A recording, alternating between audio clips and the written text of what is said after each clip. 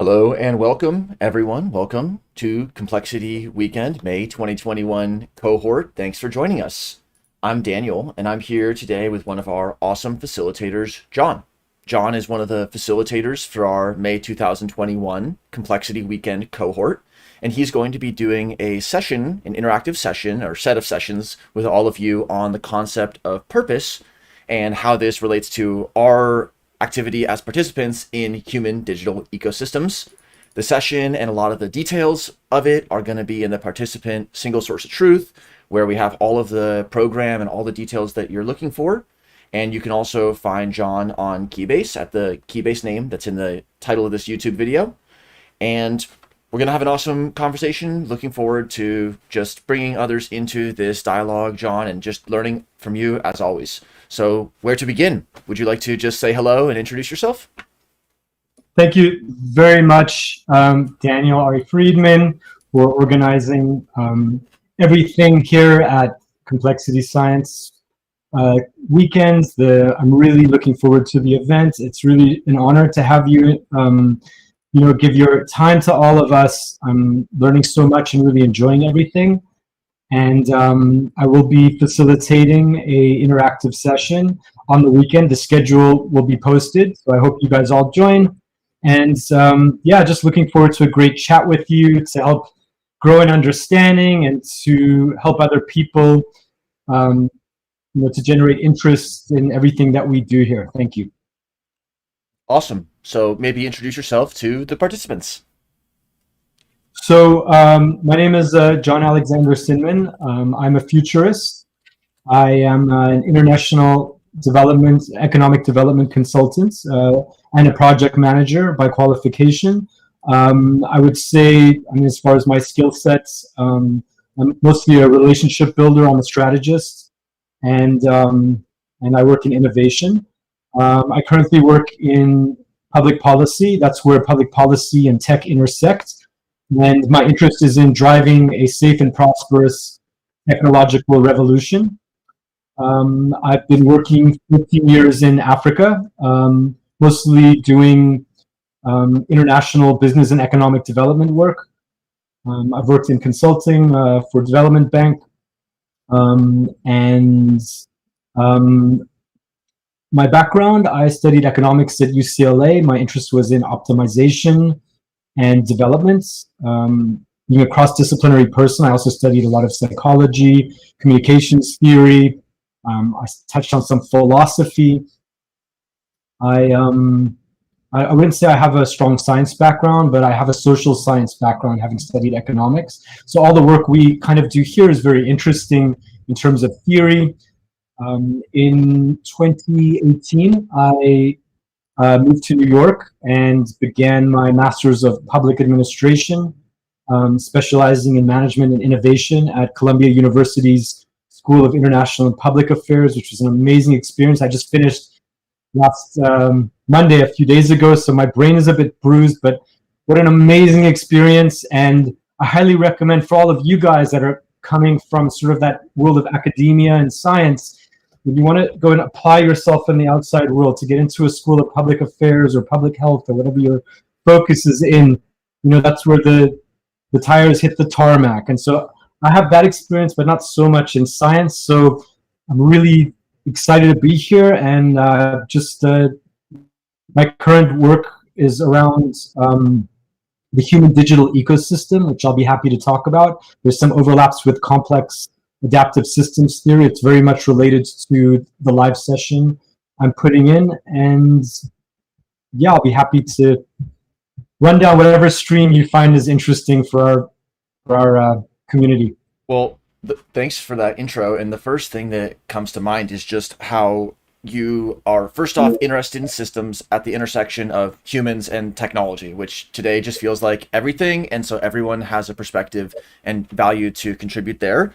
And then in your own background, there's formal and informal, there's quantitative and qualitative. And so being able to integrate our different experiences, just a few out of the infinite opportunities, our own path, our own trajectory, and then also being able to integrate that like on teams is where complexity becomes applied, which is what you said at the end, which is for those who have perhaps studied it more theoretically or been interested in the topics, what does it look like to apply it?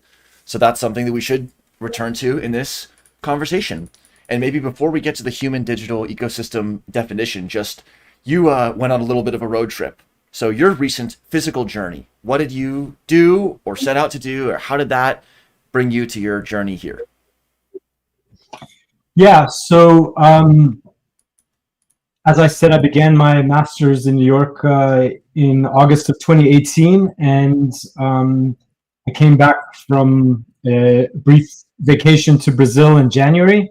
I had to escape the New York winters, and around March, we heard that Harvard had closed their dorms, and I was just bracing myself. I knew the other Ivy Leagues would follow suit, so we got the notice, you've got 10 days to clear out your stuff out the dorms. And having come from Africa, it wasn't like I had like family and home. I mean, my parents live in California. So I bought a conversion van and I drove across the country, which was really an amazing gift. I mean, there's so many amazing things in America, and I highly recommend travel, just in general, not just America, anywhere in the world. Everything you expose yourself to, go to museums, talk to people, go to places. I mean, that's really important that we don't just live in books, and on screens. We get out into the real world. And I mean, America really spoke to me. I decided, just as part of my course of study, what do I do to make this a meaningful trip? So I thought, you know what, like so much of technology was developed in the United States. So I'm going to try to go to all the sites where technology, was created. There's sort of that secondary and tertiary, degree of research that we do, which is in books and online. But there's people out there who are custodians, of this information at these sites, and they've done so much more research than what's going to come up for us on an internet search, and you can have that interactive question answer. I mean, the person who's been to site that then contributes to that Wikipedia article, that person on site has only maybe shared 30% of the story, and then that person extracts 10%. But when you go on site, you can ask all these questions and see all these things, being sort of a primary researcher. So I saw so many amazing things on that trip. Yeah, that makes me think of modifying our physical environment. We're all ecological beings. We're all involved in supply chains, and that's some complexity topics. And then, just like you pointed out with the Wikipedia modification, we're also modifying our digital environment. Like every time you write a message on Keybase, you're modifying the niche or you're modifying the environment of somebody else, and that's going to change the likelihood of them doing different actions or have different actions available to them. So that kind of sounds like where you're going with this human digital ecosystems idea. Maybe just where did that come from, or what is that exciting? How's that exciting to you right now? Yeah, okay, I'll talk about the human digital ecosystem. Let me see if I can share my screen quickly and touch on some stuff that came up on my trip quickly. Sure. Just share it, I don't see it yet. Can you still hear me? Yep.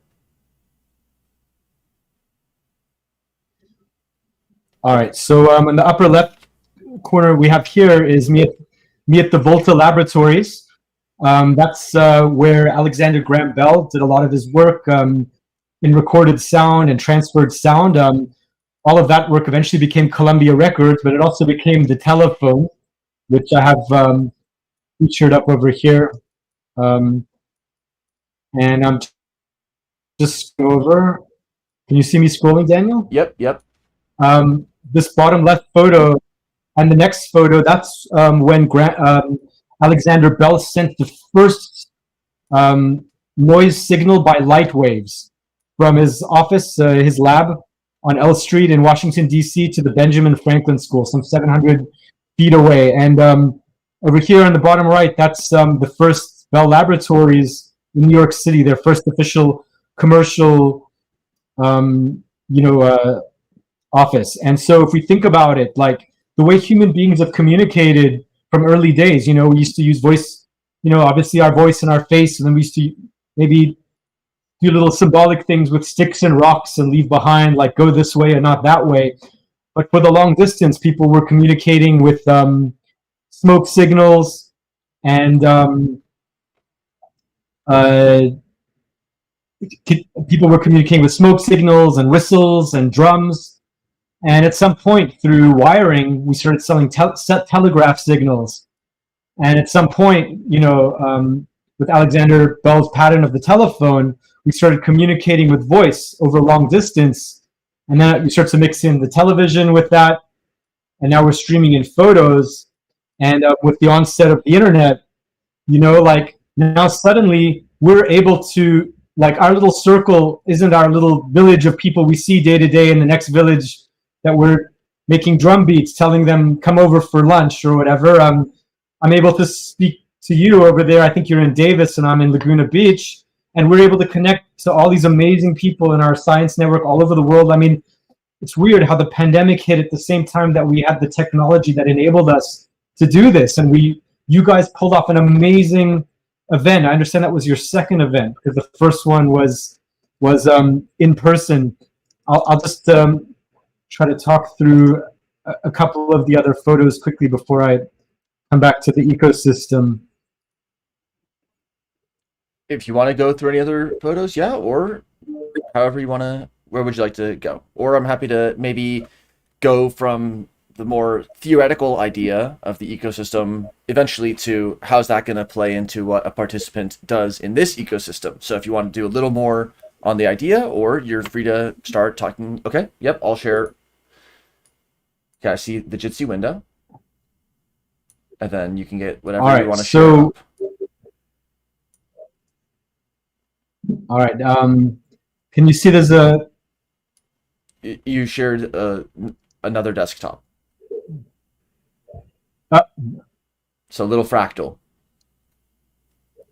For those who like... Fractals are happening. The fractals and feedback loops. I could... Yep, there we go. Oh, almost. Okay, so if you want to reshare to a photo, you can do that. Otherwise, we can continue this way.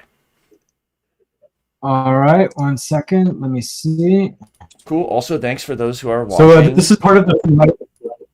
Go ahead. Part of the fun of the digital ecosystem is learning how to use it properly, right? So all of us, I think the catchphrase of 2020 was, you're on mute, right? You should make a t-shirt. You're muted. Yep, well, nice. We're at a live stream, and welcome to live streaming. It's fun. Great, we see the picture. All right, so my trip began actually when I left New York and I went to Philadelphia. I was at the Benjamin Franklin Institute. I highly recommend this. And there was an exhibit there actually with Benjamin Franklin, a painting, right, where he's got the key. And here's a picture of me holding the key, and I'm just trying to scroll through. Suddenly it didn't let me scroll. And then on the other side of the key, there was a picture, if you can see on the upper left, the kites, So it was two paintings, one with him and the key and the one with the kite.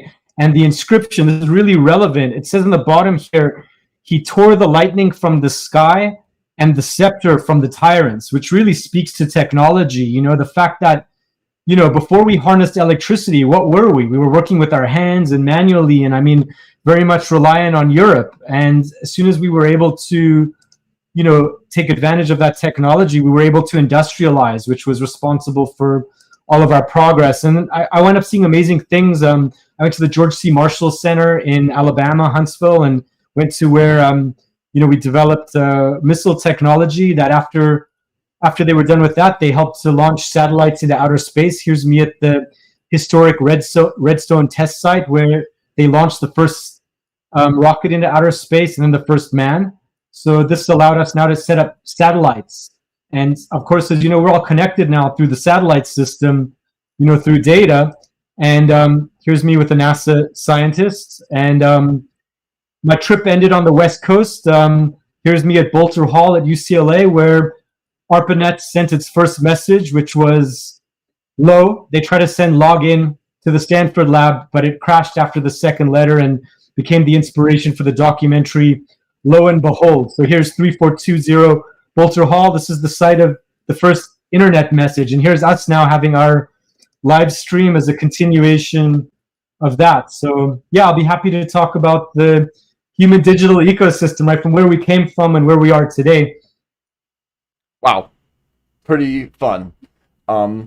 Let's maybe get a little bit specific about our May 2021 cohort. You mentioned how there's this massive amount of change that has happened to our digital ecosystem. What does that mean in May 2021? How can we make the best of what we are going to be experiencing as a cohort? I know that's a big question, so we can kind of approach it from a few angles, but just... So let's break that down. I think the first sort of social networking site was maybe Friendster, you know? Sorry, I'm a bit old. I'm 48, Generation X. So I remember when it first came around, we didn't even know what these technologies were, but you could find your friend by their name and connect and suddenly start sending messages to your friends all over the world, and then pictures. And I mean, along came Facebook, we became connected, and LinkedIn. And then suddenly we got used to socializing online, and then all sorts of applications, you know, which then became online conferences and schools. And like, it's strange we reflect how much more and more of our engagement is digital these days, you know, whereas before we had to come in person. Like an event like Complexity Science, you know, I'd have to take off 5 days off work, hop on a plane. I mean, and it's amazing, right? Face-to-face, in-person events, and I'm sure we're going to have one. But I became apprised of Complexity Science community through my advisor, Alexis Wachowski, who's a professor at Columbia, and she's the chief technology officer right now, acting head of New York City. And I had some chats with her, again, virtually online. It's weird to think I've never met her in person. All of our classes went on to Zoom, you know, distance learning. And she said, there's this really interesting event I think you should go to, some like-minded people. So I quickly registered. It was like within the week before. I was driving, so I went up getting an Airbnb in Kansas, having no idea what to expect. Started watching a few videos, doing some readings, and next thing I know, I'm hopping onto the event, and it was such a weird experience, right? Because it's like I'm getting an email, and then there's this Excel spreadsheet around what's happening where, and I see there's a single source of truth, and I'm trying to figure out, is this live discussions? How much of what is happening where? So I'm watching videos, and then I experienced the Gather space for my first time. And then the event started, all the live streams, and just for all the people who are new to Complexity Weekend Conference, it's just such a fantastic experience coming in and participating in an online conference and meeting all these amazing people like Daniel, and I met RJ Corday and Blue Knights and Jen Huff, and I'm just starting to engage with all these people online. It's so odd. We've never really met, but it's amazing how much you can do through video and through discussion and through reading, and the fact we can still stay functional even though we're not in person. It's sort of an emergent experience in itself. So yeah, I think we're practicing, we're getting used to it, right? We have to learn as we go. We certainly learn by doing. It's why it's one of our values, because we can apply that to walking just like we can apply it to live streaming and hopefully Complexity. And it's like you learn by doing, and you learn applying on teams. We don't learn to walk alone. And right now things are changing in a way where we're helping each other walk in new ways. And maybe one of those new ways is of thinking, and that is Complexity, which maybe means many, many things to many people. So what got you interested in Complexity? Like, to pull back one layer before that last time that you attended the weekend, like what got you interested? And maybe we can start from there. Okay, well, obviously my professor, Alexis Wachowski, had recommended it, and she's very bright. So obviously I was open-minded to come and see, you know, and I think just by nature, I'm sort of an exploratory person. So I started to take a look. And I think that first weekend, we had that talk by that professor from Santa Fe.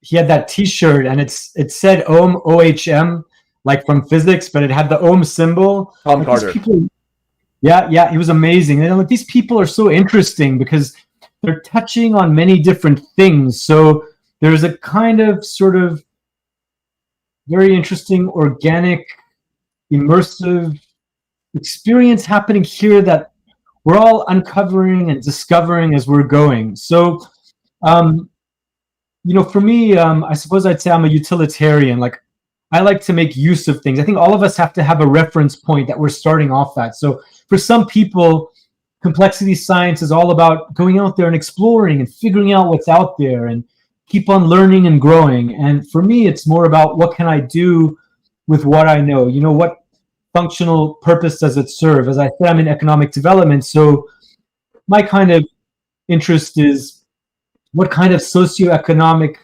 political systems could we create to help enable us, as human beings, to optimize. So I'd taken a course in undergrad in the philosophy of science, and there was a book by Thomas Kuhn where he talked about paradigms and paradigm shifts, how science always shifts in its outlook. And the science I grew up with was very sort of basic Newtonian, like here's an object and what kind of laws can we subject it to, and we can use that to predict things. But there's things like chaos theory, right? Like looking at a cloud or a big rush of water and trying to figure out what direction is it going in, right? And chaos is very hard to predict, but we can narrow down out of an infinite set of possibilities what are more probable. But the thing about complexity science, which became so interesting to me, was its ability, in terms of its application, to sort of make a prediction around like how a snowflake might form, or how ants are going to behave under certain conditions, or a person riding a horse. And in my case, what made it very interesting coming into the event, I kind of realized the things we were learning about complex adaptive systems theory, that the event itself is a little bit like a system with all of us participants coming in, learning how to interact. And I thought there must be ways of figuring out how to build a healthy system, how to make an effective system. So I started reflecting on this, not just on the event, but on the digital ecosystem as a whole, because so many of us now are doing our work, doing our research, getting educated, buying things, voting, getting our news, socializing. There's so many things we're doing online now. I was thinking there must be a way of understanding it from a complexity science perspective that would be useful to us. Great response. Just to pull out a few things. First was that experience of not knowing where to begin, and you made the right move. You went to the single source of truth. You went to the gather, because you gotta go to find out. You have to show up to find out who's in the park, and you're gonna have to come to gather and show up when it's healthy for you to find out what's happening in gather, given the information about the program and the single source of truth. And then the other piece I thought was really nice was how you said you're a pragmatist. And complexity theory, or simplicity, there's so many words we can use, and it's going to be different words in different languages. And of course, we respect that difference in language. So what is it that we're really talking about? And there's so many interesting tensions. Like, is it about the ideas, or is it about the systems that we want to have impact in? So you could work with a river your whole life and know how to build rocks in the river, and then someone says, well, this is, a steady state attractor, and this is chaos, and this is turbulence, and it maps the ideas onto the practice and onto the embodied experience. And so it's sort of like there's two roads to that road, two directions to that road. People who are learning ideas and learning about network theory, and then, oh yeah, that's right, social networks. And then there's those who are realizing that they're embedded in social networks, and then finding that there's ideas that help us generalize so that we can apply. So that's really cool how you link that through. And at different times in your journey, it's like you've been on one side or the other of that road. Yeah, well, I think I think the question is like why science, what for, right? So some people, like, it helps me grow an understanding.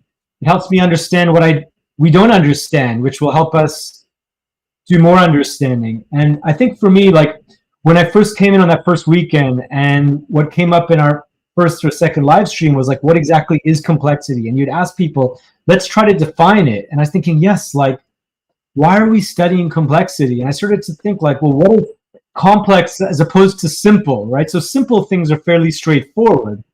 And complexity, the thing is like, so you say something is complex. I thought, well, something that's simple is just straightforward and simple, but complexity must be a spectrum from somewhat complex to absolutely complex, right? And I was thinking like, so what signifies what makes something more complex or not? And I was thinking, well, I think the human ability to understand things, that's what makes it complex.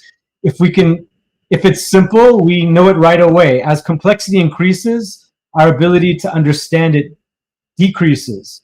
So then I was trying to understand, like, well, what's then the purpose of looking at complexity at all? And a phrase got kicked around called sense making. And I thought, well, that's what we're doing here. We're not trying to understand what complexity is as much as we're looking at complex systems and trying to make sense of them. I don't know if you want to speak to that. Yeah, it's really interesting, and I think that's a discussion that we'll have our first live stream, our last live stream, our first CW, our last CW. What is complexity? How do we apply it? How do we learn and communicate it? And you pointed to sort of one approach, the complex adaptive systems area, where it looks for attributes in the system. Like it has a lot of subunits, they interact, or it has phase transitions, or it exhibits chaotic dynamics of some type. That's the complex adaptive systems approach. There's another perspective on complexity of many, which is the relational insight, which is what you brought up with the sense making, which is like, whoa, complexity is that it's not about the complex system. Is water a complex system? I mean, H2O, but then there's a network. No, it's actually about how we come to relate to each other and how we relate with systems. And so we're not going around with a marker saying, well, this is a simple system, this is a complex system, this one's in between. Maybe there's a time and a place for that, but also there's space for asking how we're relating to systems, which opens us up to new ways of interacting with them. So it's really cool, and it just highlights how sometimes ideas from different fields, like ecology or psychology, physics, they come together when in dialogue, in diverse teams, having impact on the systems, which always go beyond a discipline. So cool to hear about the complexity. So can I ask you, I mean, obviously we're looking at systems, right? So how do we decide where a system starts and ends, right? Because that's sort of our focus in complexity science on systems. There's so many awesome systems thinkers in the facilitators and the participants that I think it's a question that's going to be enacted and it's an answer. But one thing that comes to mind is facilitators Denise and Barb and Alistair. They, in the last complexity weekend, were raising this question of what is water, which is an allusion to this joke about fish in water, and they just don't know that they're in water because it's kind of the invariant for them. And so it's almost like whatever your system definition is, if it's like Bucky Fuller, who said the minimal system's a tetrahedron and just left it at that, just you'll know it when you see it, or whether we define every person in a social network, it's actually the border. It's the fringe around that. That's the water we're in. That's what's being taken for granted. And so much of complexity is about talking about what is inside, outside, at the interface of what system. It's just such an interesting discussion. Well, so, we can look at this from so many different levels. So obviously we're discussing it, and we're also talking about people and their ideas about it. Just apropos to the human digital ecosystem, I've just searched online. It says Wikipedia, which is mostly reliable, but it basically says a system is a group of interacting or interrelated elements, and that they act according to a set of rules to form a unified whole. So I suppose where we decide what the whole is, that's arbitrary. It's like, what's the whole of water? Is it the edge of the river? Or is it also about the sun hitting it, that it's evaporating, or what's being drawn into the surface of it, right? I mean, what's an ocean? I mean, those waves are actually a reflection of the bottom of the ocean, right? So the thing for me is the question, like, so it's a system. How do we know, Daniel, when the system is something that we should look at it from a point of view of chaos theory versus complexity science? Awesome question. And so we heard from Wikipedia editors 2021. We also have Sean and Jen and others in the live chat giving their thoughts, maybe answering the question, what is a system, with another question. Like Jen just wrote, we draw the boundaries for our own analytical reasons. What question we are asking generally derives where we put boundaries or how we classify continuous variability. You know, hot days and cold days. Well, I mean, kind of, but it's not always just going to be zeros and ones. And you ask like a really important question, which is how do we go from recognizing a system of interest that we want to have impact in, and maybe even recognizing some features of the system of interest, like it has a lot of interacting parts, it has phase transitions. How do we go from that insight to the right ideas and the right maps across systems so that we can have a useful connection? Because the all by all, you know, 100 different things, you could say that they're like 100 things, but it's not really a poetry exercise only. It's awesome when it is, and there's space for that. But there's other times where you want to know which system mappings are going to be impactful, or which ones are going to result in a useful master's thesis, or what's going to result in an innovative startup that's having impact on users' lives.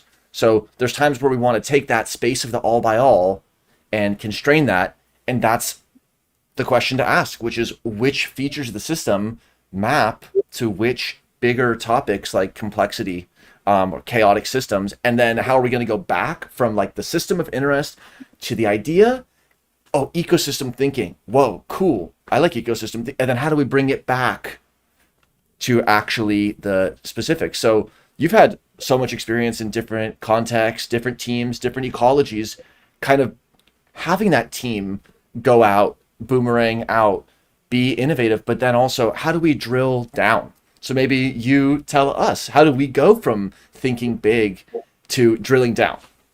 Well, interesting. That's exactly what I thought. And I thought, you know, something like often the most useful way of illustrating something is with an example. So I'm new in this. Would you give us an example of your work in ecology, maybe with ants or something? Where do you draw the, can you give us a good example of where you drew the boundary in order to discover something?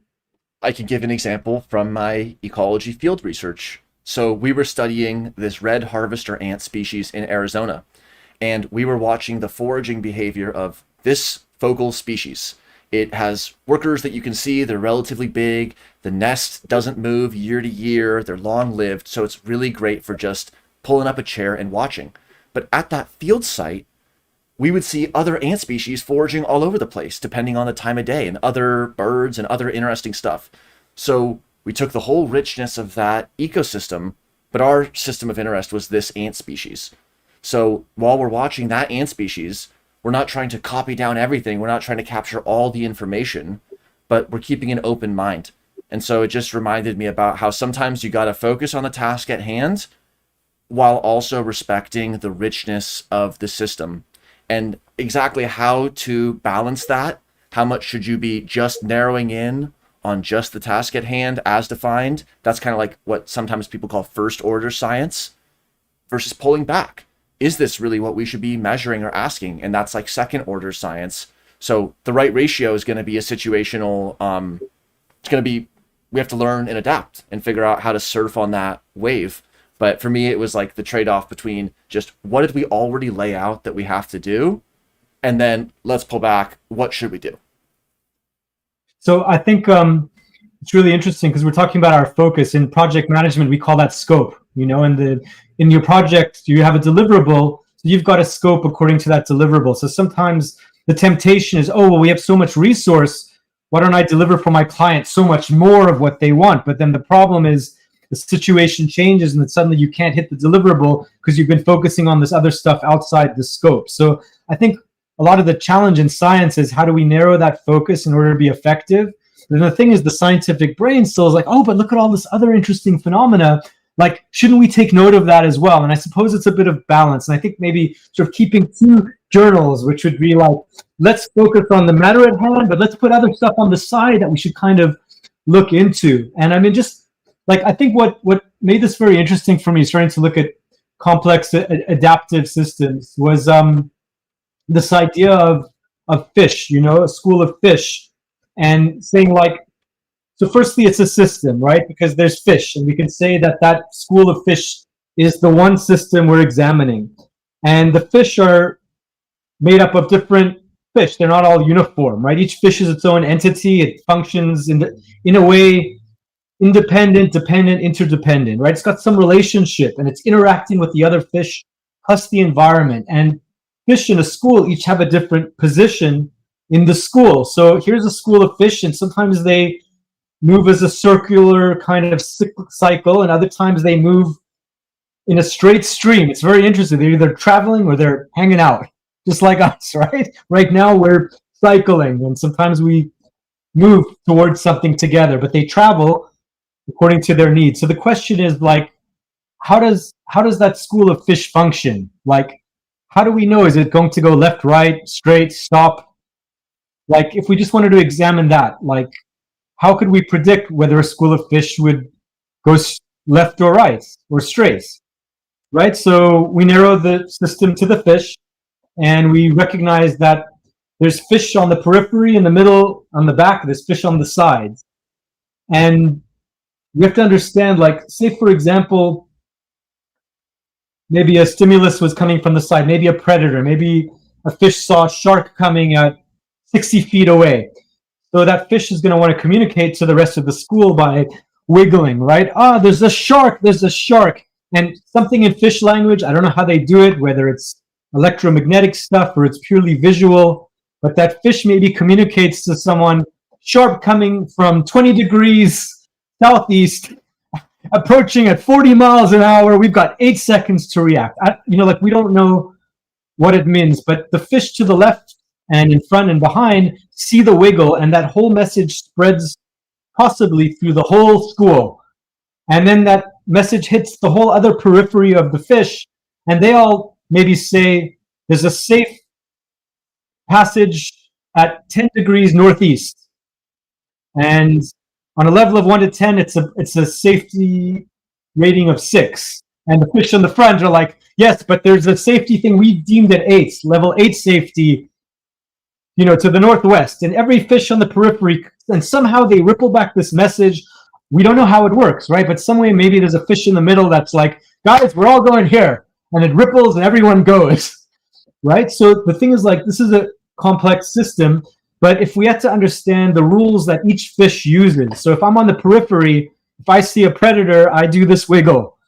And each fish has a rule by which they behave according to stimulus, right? There's cause effect. If we understood all the rules these fish would work by, then we could figure out how we could maybe predict how are the fish going to react as a school on any one stimulus. And we could keep on building the model by understanding the rules better and better. The thing is, the fish are adaptive. So maybe they see a shark, they know what to do instinctively, but now they see a human being. They've never met a human being.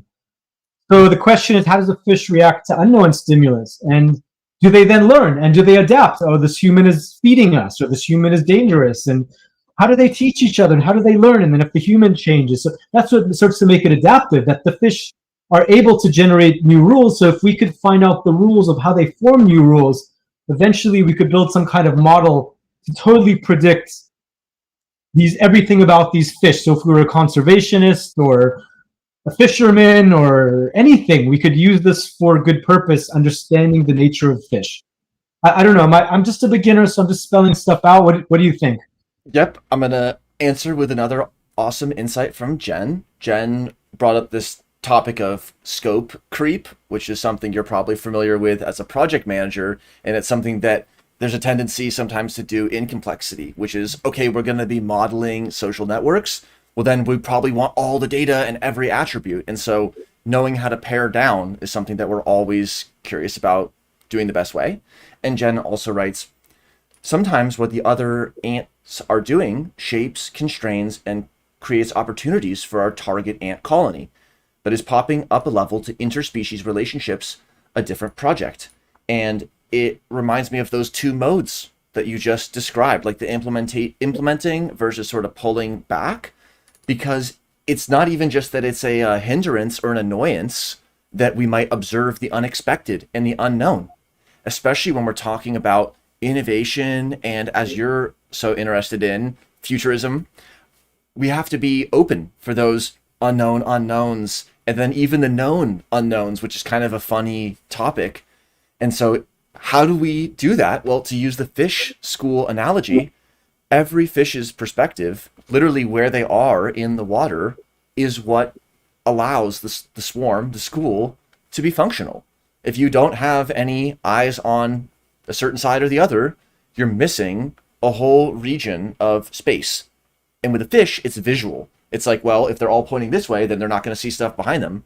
But with humans, it's conceptual.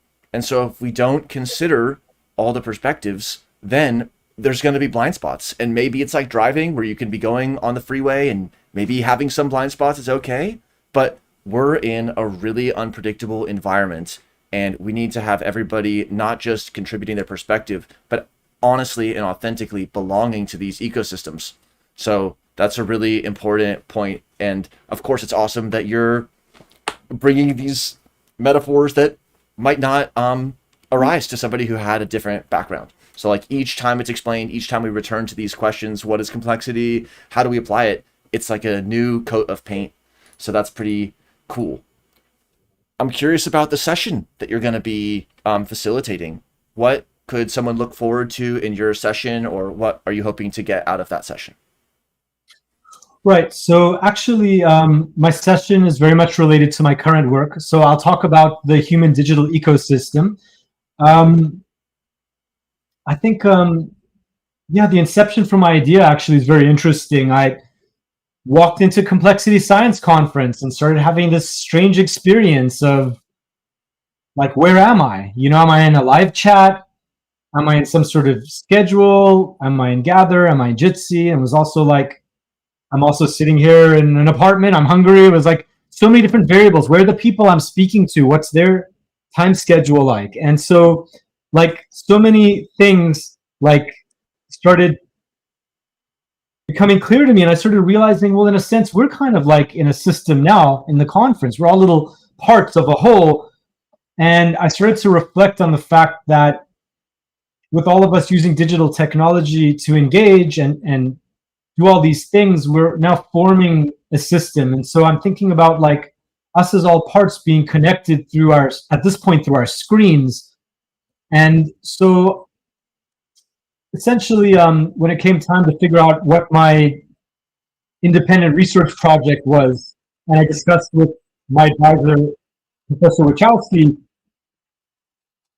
I kind of, the first thing I had said was, you know what's funny, whenever we talk about the world of tech, no one knows what we're talking about. I was like, oh, you work in tech? So do I. What do you do? Well, I manage a team of coders. Oh, well, you know, I lay in cables for networks, or I sell things on social, you know, networking. I'm a marketer. It was like, kind of like, it takes about 5 to 10 minutes to figure out how you have nothing to do with each other or where you might overlap. And so I kind of raised to Alexis, I said, well, wouldn't it be nice if we just had like a map, you know, that if someone said, I work in tech, you could just point, well, I do this there. So she said, well, why don't you build it? And I was thinking, okay, well, you know, like, great. But I mean, I'm kind of a bit overwhelmed with studies right now. But when it came time to think about what research I was going to do, I thought, let me write something and do research on what tech actually is. So I wanted to develop a map. So I don't know, can I share my screen quickly? Yeah, for sure. All right, let's see if we can do this. Maps, sense making, maps of meaning. How do we orient ourselves? How do we communicate the itinerary? How do we know where we've been, know where we're going? Great questions and topics. All right, so I'm trying to share my screen. Hold on, folks, while we navigate through some technological matters. This is why one of our participation guidelines is embrace the technology, but know its limits. And when you're talking to somebody, there might be a 1 second lag. And sometimes we jump in that lag, or it's easy to misinterpret a frozen screen as somebody's not paying attention. And so it's almost like we have to have this deep generative model of our conversants and be human and accommodating. Okay, take as long as you want, or it's all good. Or let's just take. All right, I'm looking at a screen that says choose what to share, and I'm clicking on entire screen, but nothing is happening. Maybe pick a window, or maybe you've used your 3 free screen shares, and now Jitsi Pro. No, I'm just kidding. It's open source. But for $10.99. Exactly. Then it can be really open source. All right, it's not letting me share the map. And I don't want to dump out of the system, so. Cool. But maybe just share what it was, or where, again, to kind of return to the facilitated session. Like, who should come? What are they going to get out of this? What is the map? Sure. So basically, I was trying to understand how do we do a map that would represent technology. And I wasn't quite sure what that would look like, right? We talked about scoping and where do you draw the line, because what is tech? It could be things in my brain of how it perceives tech, or everything down to the actual hardware of your device, right? Input, output, and zeros and ones, and so many different things. But so I took another class called infographics, and our professor Douglas Williamson actually works for NYPD, and he builds all kinds of maps for their dashboards online. And by profession, he's a cartographer. So he understands sort of the philosophy behind map making. And so he'd kind of told me, well, if you want to build a map, you have to think about all the different elements and how to simplify it so it shows something. So I was trying to understand, well, let's just start off with the basics of what do we know, right? So obviously here I am with my computer. So there's a person, and then there's a device, and then that device is connected now to other devices. So I realized that we have one map, which is of the infrastructure. So, people talk about tech and they think about some big tech company, or they think about someone coding, but what they don't realize, sitting on the planet right now, we're all being connected, actually physically in a very tangible way, through wires, through cell phone towers, through satellites, through devices, to people. It's people connected to other people, and people connected to organizations made up of people. So I made one map, which is the infrastructure map. I'm just looking right now at the screen. It says choose what screen to share. So unfortunately, there we go. All right. Can you see what we see it, and I'll resize it for those who are on the live stream. So just keep it where it is, and I'll resize it. Thanks. Okay. Go ahead, though. Continue explaining it. All right. So we have a physical infrastructure map. I'm going to try to move it around a little bit. Is it moving on your screen as well? It's going to look a little different on live stream, so just keep it where it is, and it looks fine.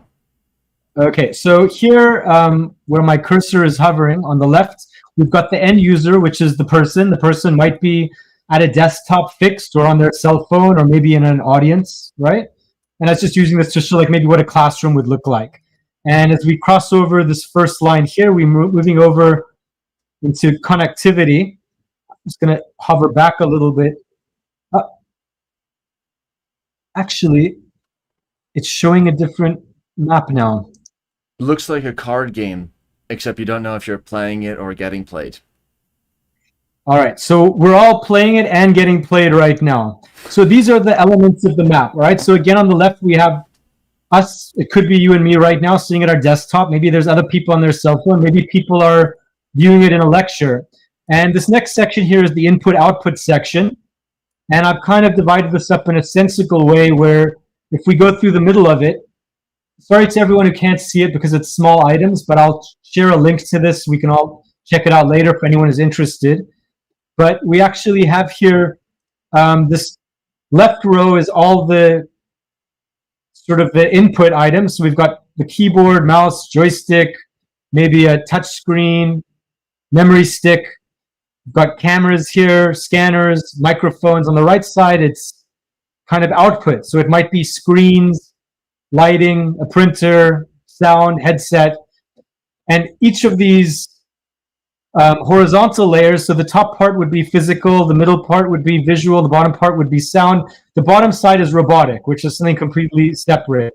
So these are all sort of the capabilities of our devices. And then we have our user devices here. And that would be maybe a laptop or a tablet, could be a phone, a desktop, or maybe a network device. So to some extent, we already now have the people on the periphery with their devices enabled. And as we cross over into this middle section here, which is the connectivity section here at the top, most of us are now on the World Wide Web, which is the internet. We might be connected through hardware. It could be a cable, a wired router, a wireless router. It could be a Wi-Fi system at a cafe or at our school. Then we have basically satellites or cell phone towers and satellite dishes.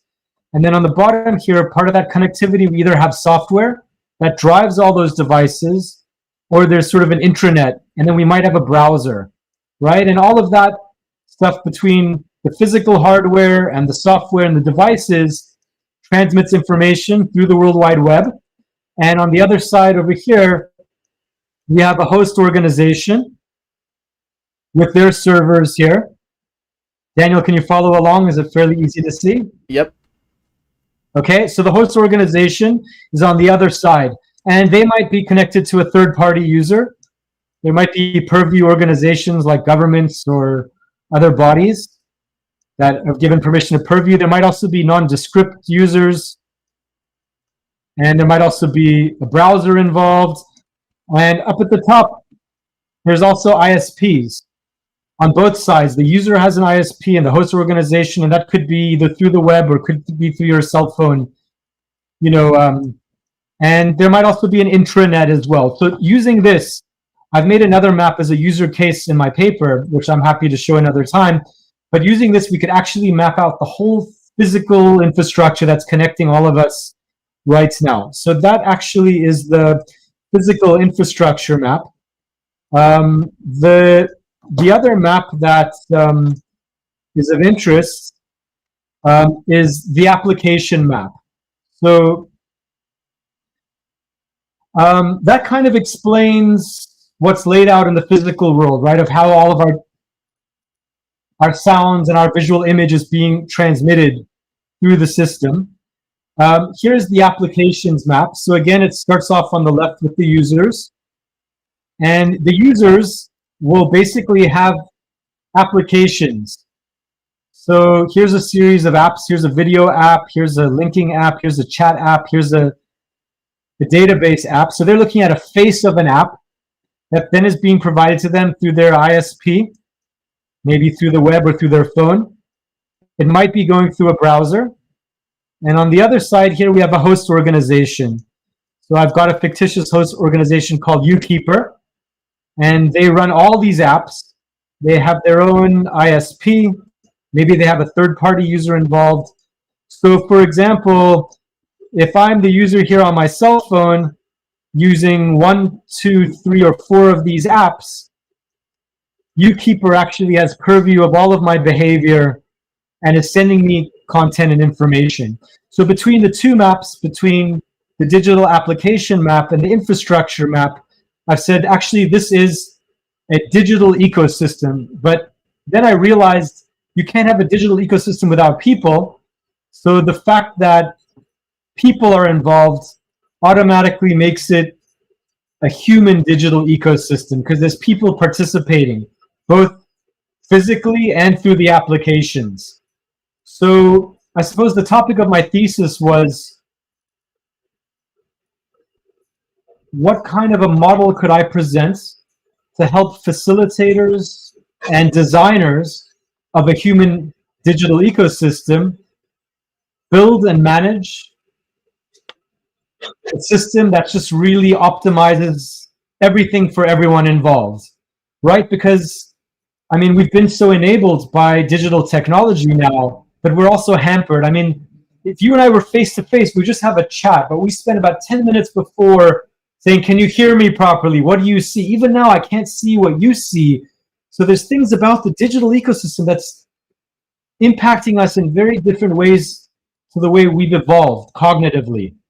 So these are all things we have to figure out. So I actually came up with a model based on 7 parameters that if you look at each one of these independently and the way they work with the others, depending on how they're used, they can either make the system healthy and keep it unified, or they could make it an unhealthy system. And I've defined health as sort of the well-being of its users. So if I'm getting stressed, if I'm getting exhausted, if I'm not achieving what I want to, then it's undermining my health and well-being. If on the other hand, I'm being energized, I'm being empowered, I'm learning great things, I'm socializing, whatever metrics we can use to talk about a human's health, if that digital technology through the apps and the hardware is enabling that, then I could say it's a healthy system. When every element is optimized, it's an overall healthy, unified system. So coming back to what I'm going to be speaking about, the first parameter of my model is something called purpose. And I suppose the way we look at this maybe would be like a board game or a video game, right? So maybe in a video game, there would be like this organization that maybe is malevolent, right? Typically, in a lot of video games, it's like you're fighting some big bad structure with all its maybe troops or its zombies. And then you're the user, so you now are there to survive or to accomplish some task. So I've kind of tried to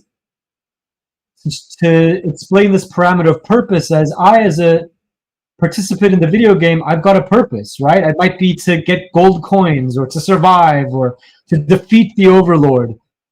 But that overlord has a purpose as well, which is maybe to jail me or eat me or whatever it is. And that purpose could be malevolent or benevolent on both each element's part and then the overall elements. So the thing is, I was saying, to have a healthy, unified microsystem where it might be a video game of me and an overlord, or it could be a microsystem of me and complexity weekend, right, where I'm a participant, right, and you guys are the organizers. And like, what is it about my purpose and what is it about the purpose of the organization and the purpose of each of these parts that would optimize our engagement so we're each able to accomplish our goals? And my point is that these purposes can't be at cross ends. So whatever I'm coming in for and whatever the purpose of the other people are, we're not working against each other. But purpose is such a vague, amorphous concept. What does it mean? Is it like my singular objective? Is it about achieving my values? Is it my reason for living? So in my facilitated session, we'll be looking at maybe some examples and trying to understand what's the purpose. Like I think in science, and maybe you can speak to this, in ecology, we define these purposes as like, this organism is a predator and this organism is prey, or these two organisms act in symbiosis. So each has a purpose that will then determine the nature of their outcome of their interaction. So basically, I'm looking at it from a human digital perspective of how would the purposes align to optimize their engagement. But maybe you can speak to a little bit around the purpose in maybe a system of ants, maybe how one ant and another, or how ants are engaging. Like, how would you look at purpose? This is the kind of thing we're going to be doing in the live chat. I'm going to be drawing on all of you guys as resource to help us understand how could we explain purpose as a parameter so we could use it more effectively in seeing how the system works. Nice points. A few things come to mind. One is that every agent plays multiple roles. So, for example, we might think of, oh, well, the bird is probably the predator and then the insect is the prey, except when the bird has died and then the insect is eating it. So it's more like contextual roles or functions that are played by different actors across different scales, rather than, again, with a marker, oh, this is a predator and this is a prey. And so that's why that hierarchical sort of ladder of being or food ladder morphed into the chain, into a food network, because we understand that different resources are being passed around in really complex ways. So to me, the take home for Complexity Weekend as a complex system is encouraging that in different contexts, different teams, we're going to be mentoring and we're going to be getting mentored.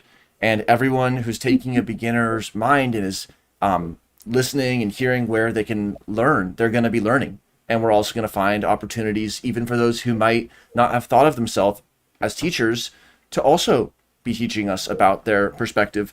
And the second piece is about the ANT collaboration, ANT participation, of course, participants. And what it comes down to there is the 120 million years of selection, to be honest, ruthlessly culling colonies where the rules that the individual ants follow were not adaptive. And environments change, and something could work for 50 million years, and then the game changes and it doesn't. But the species we see today represent the elaboration and the diversification of successful strategies. So how can we make sure that the teams that we end up cohering on are healthy, and that we're not just like getting fixed in too early, getting strapped into the car with someone who we don't know? And I think part of the answer, or at least part of the process there, is going to be healthy forming and unforming at multiple levels. So like when we do the one-on-ones, and there's going to be a one-on-one session in just about 20 minutes, there's temporal structure. So you form and you have the privacy in the structure, and then there's an unforming that's structured. So it's not like you have to wonder whether the other person wants, if you want to keep talking, send each other a key-based message and you're connected. And now who knows where that can go, but there's a healthy way to disengage, because it's not just that the first two interacting ants or the first two bumping fish are instantly going to get locked in. And so that just reflects how, if we want selection to shape success of the individual, the relationship, the team, the community, it has to happen gradually, and it has to include everybody who you want on board. If you want it to be a coevolution between the researcher and the hospital and the patient, all of them need to be aligned. Like you said, if they're at odds with each other, it's going to be a mess or ineffective or worse. But how could you get them aligned, maybe even aligning them on ideas, tools, and people, and then have them working together in a way that feels fluid, just like the fish moving through water? Well, I'd love to talk about the different, because there's 7 parameters in my model, but we don't have time. But this idea of purpose, we can talk about that for now. And anyone who's interested in my paper, I'll be happy to send a link to read it or to discuss other aspects of the model. I just want to give a plug for one of my projects now, which is the Legend of Gather project. Looking at my model around how to build and manage healthy human digital ecosystems, I was thinking, what would be a good practical focus? So I was thinking, well, me coming into the Complexity Weekend, like many of you, we are in a sense being onboarded digitally. So I was thinking, what are some of the ways we could take my model and find an effective way to digitally onboard people into a system, whether that would be a university or work or into an event like ours. So that Legend of Gather, it's still very broad right now, but we're going to look at maybe a few projects around understanding how to use my model in part, but it's all about effective digital onboarding. How do you bring people in so that the system, the human digital ecosystem, has unity? So what that means is that people want to participate as opposed to exit. How do you get people in and keep them subscribed? And then health is that everyone is being enabled and empowered so they want to stay. So coming back, so Legend of Gather, we have our own key-based thread, and anyone who's interested in the team or the topic of the team, be happy to join in, and we can talk more about that at the event. At the event, we might have some meetings, and I'll be floating around to talk about that. So that right now is my practice project at Complexity Weekend. Specifically coming back to my session, which we're going to be examining purpose, I'm now thinking about my purpose within the community. So, I mean, if I start to think about this as an example, maybe this will help us understand what purpose is. So I'm thinking, when I came into Complexity Weekend, my purpose really was see what's going on. My professor said it's interesting. These people are tech people. They're also very much free thinking. They're out of the box. They're cross-disciplinary. And I thought, wow, I love interesting people and smart people. And so I came in and I came with that purpose. I just want to look. And as I started to see things of interest, I realized my new purpose is to look, but also to learn. And basically, I found myself in a few one-on-one chats with people like yourself, people like Blue Knights, Jen Huff, Steven Sillett, And I started then going to some of the sessions and watching the live streams. So now I'm starting to learn there's some things of interest here. So I'm getting purpose of, I would like to learn more about this specific thing. And then there was a discussion around projects and project teams. So I'm like, well, now my purpose is basically to have something to deliver by tomorrow at 2 p.m. my time. Suddenly my purpose is, I started having a lot of different purpose. Then suddenly it was like, actually, I have to get off this now and do a homework assignment. So like, the thing is, there's a broad purpose, then there's values, and there's objectives, so I'm trying to narrow that understanding of how would we look at our elements, each of our purpose, in a way that it would help inform whether we're going to align or not, and when we would have misalignment. I know a lot of the work that RJ Corday does is on teams and team effectiveness, and you yourself as an ecologist trying to understand things around communication and how does effective communication facilitate a working team. So yeah, if you want to speak to this idea of purpose, I'm happy to listen to anything you have to say. Awesome. And great comments from Jen and Sean. Sean writing maybe shared purpose as a main deliverable for teams during CW, which is probably a different way of thinking than those who might be expecting a hackathon, a sprint to the finish, a pitch. It's a long journey, and we serve through deep time. So purpose is not something that you just sort of capture and freeze frame. It's something that you develop with, like you just brought up. And just to give one point, because of course so much could be said about teams and purpose and online teams. When you said that we ask ourselves, are we fulfilling our purpose, or what is our purpose if we don't know? It's sort of like those two modes of science we talked about earlier, watching the ants, and then should I be watching ants, or which colony? It's like, how do I implement my purpose? And then what is it? That's the second order question. And it makes me think about the team context, because we say we learn by doing and we learn by doing together. So how do we connect that to purpose of individuals and of teams? So just to give like an example situation that I'm sure is going to come up 500 times. Let's just say there's a team where 3 people know about an idea like machine learning and 1 person doesn't. Well, if the purpose of our team is just to apply machine learning, it's like, okay, well, I mean, are we going to drop this person, or maybe go figure it out yourself, and then we're just going to do the development? But when we realize that we include to innovate, when we realize that our purpose as a team is to have participatory projects, and also that our purpose is peer mentorship and to learn and to teach from each other, that person, that 4th person, is brave, and they say, what do you mean by machine learning? And all of a sudden, instead of that being where you cut the sheep from the flock, it's the opportunity to engage somebody, because everyone's purpose is to help them learn. So then you can have a conversation. And I bet that even people who are familiar in machine learning would have new insight if the person is coming from a different approach. Maybe they bring in a new terminology or a new concept. So it's like, when we realize that we have purpose as a community and as teams, it allows us space for that person to ask a question way on the sort of bottom-up side. So this multi-scale purpose that you're talking about, I hope people will see how it allows them the justification or even the imperative to include people in participation, to stick around, to show up for each other, all these things that are just not secondary to online communities. They're primary. We need to show up for each other.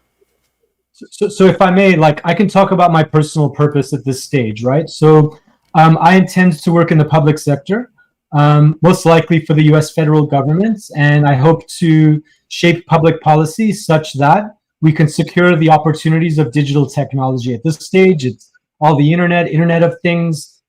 Just coming up the pipeline is going to be AI and robotics. At some advanced stage, it'll be more semi-automated and fully automated systems, intelligent machinery.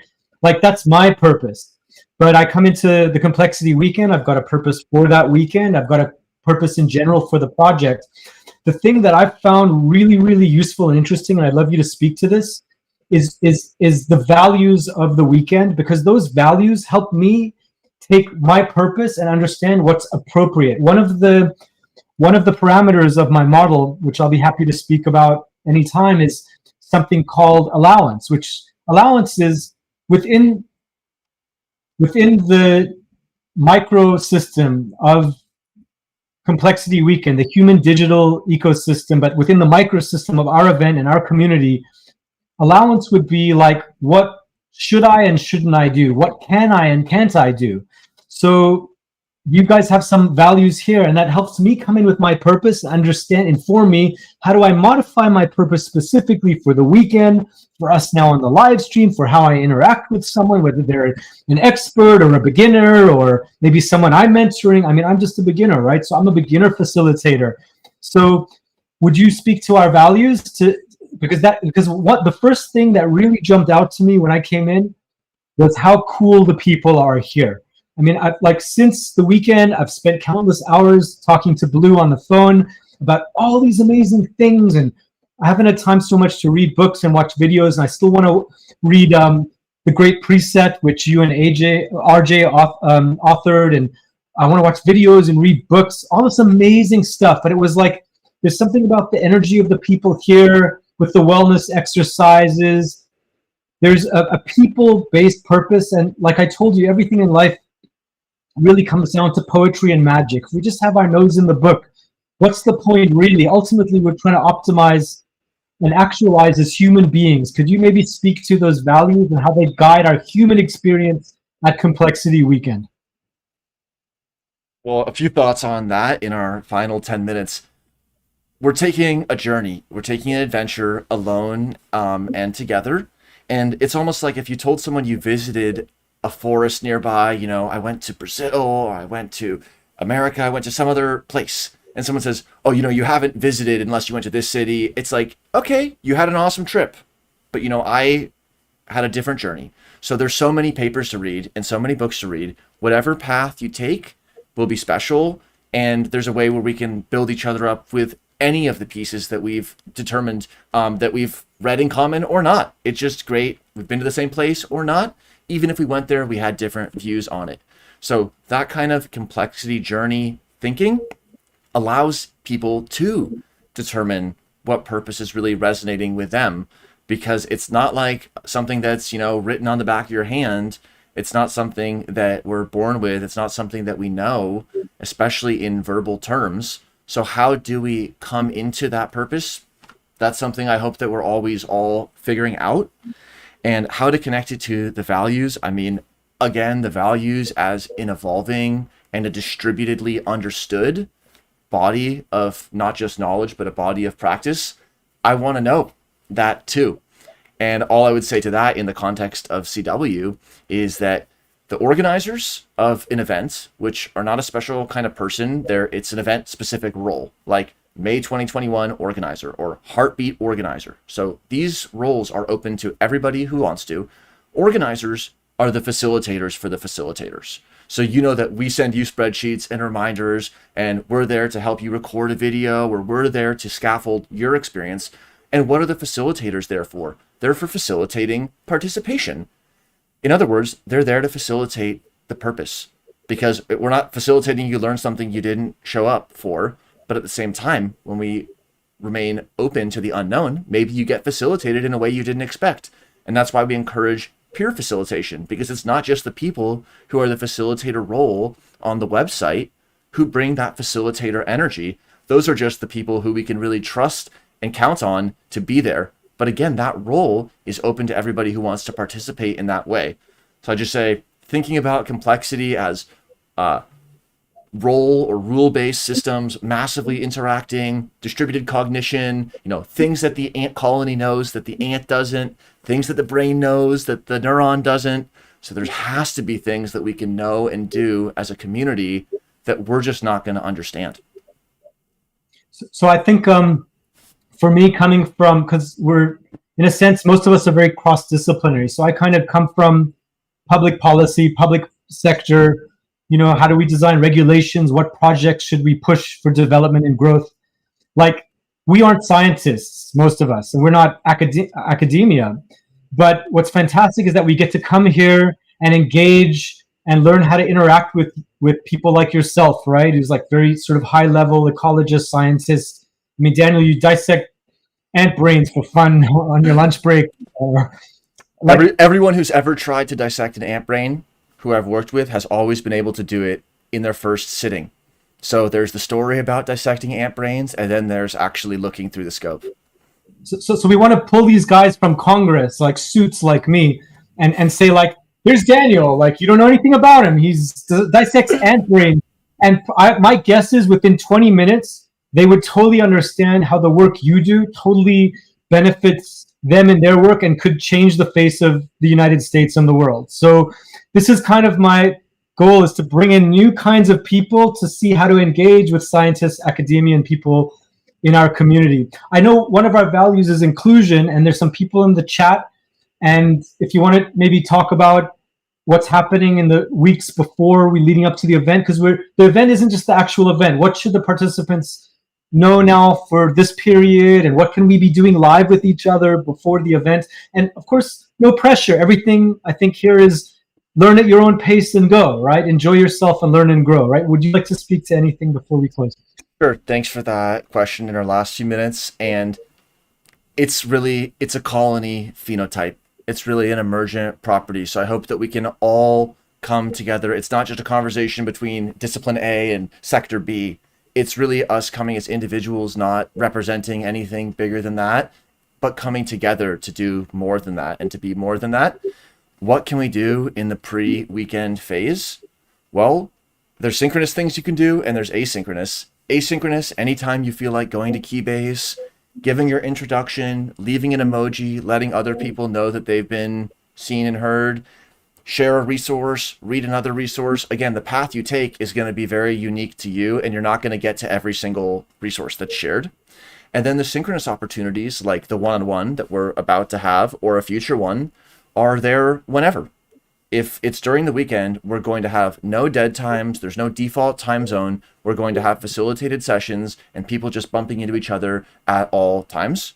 So if it's during the weekend, just show up, come into the gather link, go to your single source of truth, and then also asynchronously, listen to the facilitator videos, listen to what John just had to tell us, and think about how that it's not that you're going to download that and make that your software, because your life is not their hardware. So how about we resonate with what you've shared because it was so fascinating, and then use that to hone our own purpose. So what a fun time. Thank you so much. So anyone who needs to reach me, you can find me outside of our Complexity Weekend microsystem on LinkedIn. That's John Alexander Cinman. I think the video will be saved with my name. And on Keybase, I'm at JALEXCIN.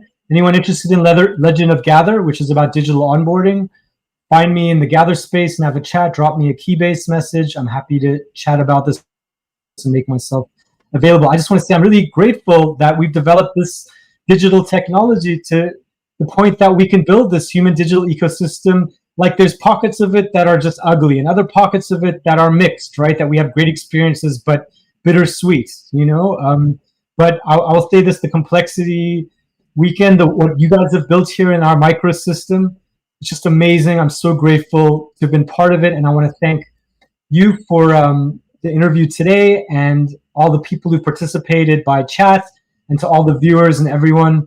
I'll catch you in the week before at the event or sometime after in the future. Thank you very much. Awesome.